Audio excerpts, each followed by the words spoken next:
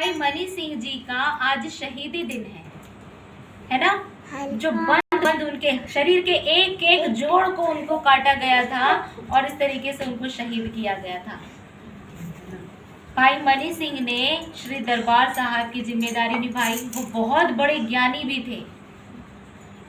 जब गुरु ग्रंथ साहब जी दशम ग्रंथ गुरु गोविंद सिंह जी लिख रहे थे ना, तब आधा दशम ग्रंथ गुरु ग्रंथ साहब जी का भाई मनी सिंह जी ने लिखा और आधा बाबा दीप सिंह जी ने लिखा। बाबा दीप सिंह के बारे में भी सबको मालूम है ना? हाँ। सुनी है ना बाबा दीप सिंह का इतिहास? हमने मूवी देखी थी ना। तो भाई मनी सिंह जी ऐसे इंसान थे, ऐसे महापुरुष थे जिन्होंने सातवें गुरु कौन थे? गुरु हरराय साहब जी ना। गुरु हरराय साहब जी के बाद में कौन था? गुरु हरकृष्ण साहब जी। गुरु हरकृष्ण साहब जी के बाद कौन थे? गुरु तेग बहादुर साहब जी, याद है ना। फिर गुरु तेग बहादुर साहब के बाद कौन थे? गुरु गोविंद सिंह जी। तो उन सबके साथ गुरु भाई मनी सिंह जी रहे थे। उनको 13 साल की उम्र से लेके 90 साल की उम्र तक उन्होंने पंथ की सेवा की थी। अपने 10 बेटे उन्होंने पंथ की सेवा में शहीद कराए। 10 बेटे थे उनके। 10 बेटों को उन्होंने पंथ की सेवा में शहीदी के लिए दे दिया। अपना पूरा जीवन, अपना पूरा खानदान उन्होंने सेवा में दे दिया। और 10 पोते भी थे, 10 पोते भी शहीद हुए। इसके अलावा उनके भतीजे, जो चाचा, मामा, फूफी, उनके बच्चे होते हैं ना, वो भी 13 लोग उनके खानदान से शहीद हुए। कितने हो गए? 33 हो गए ना। और सबने पूरी निष्ठा से पंथ की सेवा की। 13 साल की उम्र से वो आए थे सेवा में। किसके पास? गुरु हरराय साहब जी के पास। और गुरु गोविंद सिंह जी तक उन्होंने सेवा दी। हरमंदिर साहब जी, दरबार साहब की भी सेवा उन्होंने की, है ना। फिर बाद में उनके साथ में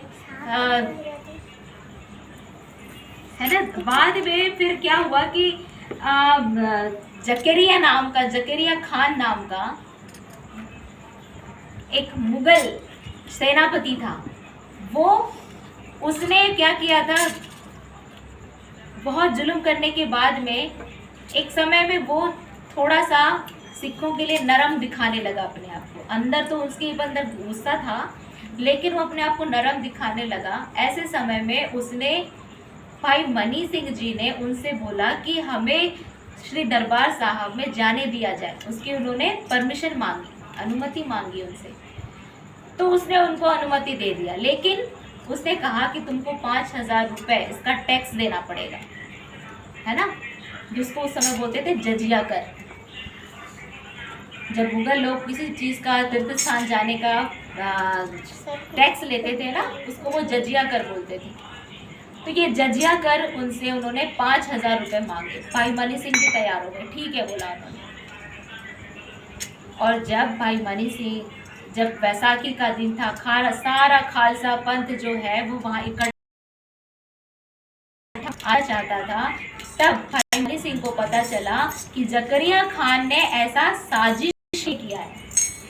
क्या साजिश थी? जब सारे खालसा के लोग, सारे सिंह वहां जमा होंगे तो एक साथ सबको मार देंगे। मेला था ना, बैसाखी का मेला था, मेले में सारे जमा होते। तो फिर भाई मनी सिंह को जैसे इस बात का पता चला, उन्होंने सिंहों से कहा कोई भी इकट्ठे नहीं होगा मेले में, और कोई सिंह इकट्ठा नहीं हुआ।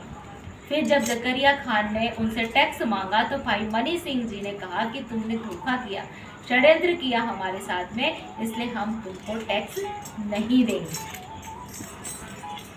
इसकी सजा में उसने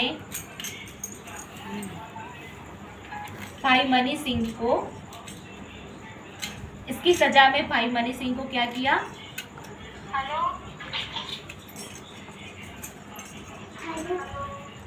उन इनको सजा दी गई, किस बात की कि इनके बंद बंद काटे जाएंगे, हर जोड़ काटे जाएंगे। तब फिर इस तरीके से उनकी शहीदी हुई और उन्होंने पूरी श्रद्धा के साथ में कि ये मेरे लिए गुरु साहब की दी हुई बख्शिश है, ये मेरी कुर्बानी है, मेरी शहीदी मेरी कुर्बानी है, ये बोलकर उन्होंने अपने आप को पंथ के लिए शहीद किया। तो ये है भाई मनी सिंह जी। ऐसे ही खालसा पंथ में सिखों में हमेशा से बहुत लोग आते हैं और पंथ की सेवा दे के मानव गरिमा की प्रतिष्ठा को बनाए रखने के लिए हमेशा ऊंचा में कि इंसानियत हमेशा ऊंची रहे, इसके लिए अपनी कुर्बानी देते हैं। तो ये आज का इतिहास था।